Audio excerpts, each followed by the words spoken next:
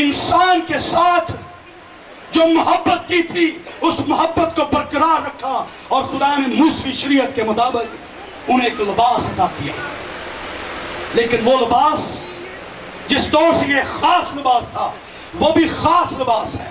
خروج کی کتابیں اگر دیکھیں تو خدا نے ہارون کاہن اور اس کے بیٹوں کے لیے ایک مخصوص لباس تیار کیا. افود کا جبہ، وہ لباس جو صرف سردار کاہن پہن کر پاک ترین مقام میں جا سکتا ہے. اس لباس کی یہ خصوصیت ہے کہ اس کے گھیرے میں ایک گھنٹی اور ایک انار کا پھل اور پھر گھنٹی اور پھر انار کا پھل. یہ علامت تھی کہ وہ خدا کی پریزنس میں، خدا کی حضوری میں جا رہا ہے اور اس لیے خاص لباس پہنا ہے. اس لیے وہ خدا کے جب پاک ترین مقام میں جائے گا تو اسے کچھ نہ ہوگا، بشرطے کہ وہ پاک ہو، بشرطے کہ وہ پاکیزگی میں زندگی بسر کرتا ہو. وقت گزرتا چلا گیا. سردار کاہن قربانیوں کو لاتے جو لوگ انہیں دیتے تو خدا کے حضور میں چڑھاتے تاکہ انسان کی خدا کے ساتھ رفاقت. لیکن درمیانی کی ضرورت تھی. جس دور سے سردار کاہن درمیانی تھا، خدا نے نبوتیں کی، خدا نے کلام کیا کہ وہ اپنے بیٹے کی معرفت انسان کے لیے دکھ اٹھائے گا اور خدا نے انسان کی خلاصی مخلصی کے لیے یہ کیا. اور وقت کے مطابق خدا نے اپنے بیٹے کو، ہمارے منجی یعنی خداوند یسوع مسیح کو ہماری مخلصی کے لیے، ہماری نجات کے لیے اس دنیا میں بھیجا. کلام مجسم ہوا اور فضل اور سچائی سے معمور ہو کر ہمارے درمیان رہا اور ہم نے اس کا ایسا جلال دیکھا جیسے باپ کے وحید کا جلال. کلام یسوع مسیح برائے خدا بن کر آئے. انہوں نے اس بدن کو جو بیٹے کی صورت میں بخشا گیا تھا قربان کرنے کے لیے تیار کیا اور تمام بنی نوع انسان کے گناہوں کے کفارہ کے لیے اپنے بدن کی قربانی چڑھائی تاکہ پھر کبھی بکروں چھتروں کی قربانیوں کو ہم نہ چڑھا سکیں. مسیح ذبح کیا پرا جو اصل سے تھا ایک ہی دفعہ بلیدان ہوا. اس نے صلیب کا دکھ سہا تاکہ میں اور آپ اور تمام بنی نوع انسان گناہ کے غلامی سے آزاد ہو جائیں. جب یسوع مسیح نے وہ کفارہ سہا اور اس نے جو اپنے وعدوں کو پورا کیا کہ ضرور ہے کہ ابن آدم گنہگاروں کے حوالے کیا جائے اور وہ اسے دکھ دیں اور اسے صلیب پر چڑھیں اور وہ دفن کیا جائے اور تیسرے دن کتاب مقدس کے مطابق مردوں میں سے جی اٹھے، تو اس نے اپنے وعدہ کو پورا کر دیا. بنی نوع انسان کی نجات کا کام کمپلیٹ کیا. اس نے کہا کہ تمام ہوا اور تیسرے دن اپنی بڑی قدرت کے مطابق وہ جی اٹھا اور 40 دن تک اپنے شاگردوں پر ظاہر ہوتا رہا. اور جاتے وقت اس نے گلیل کے اس پہاڑ پر اپنے شاگردوں سے کلام کیا.